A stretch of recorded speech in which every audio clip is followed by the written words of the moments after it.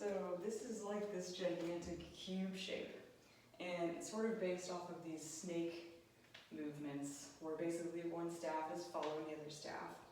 And so I'm starting here in the top wall of my cube, and basically as one staff draws the other staff around the cube, the other staff has to wait its turn to fold.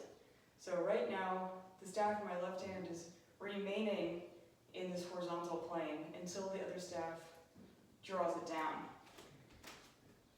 down.